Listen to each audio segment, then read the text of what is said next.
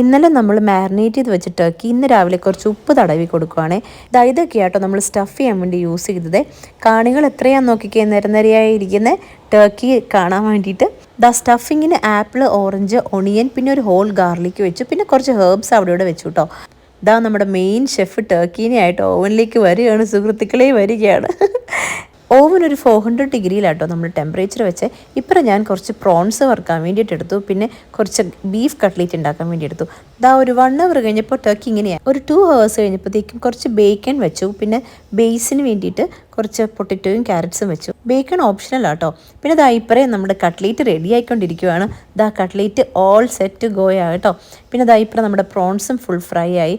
പിന്നെ ഒരു healthy salad ഉണ്ടാക്കിയിട്ടുണ്ട് വിത്ത് കടല. അത് ഞാൻ ഇടാവേ. ഫൈനലി നമ്മുടെ ടർക്കി റെഡി ആയി കേട്ടോ.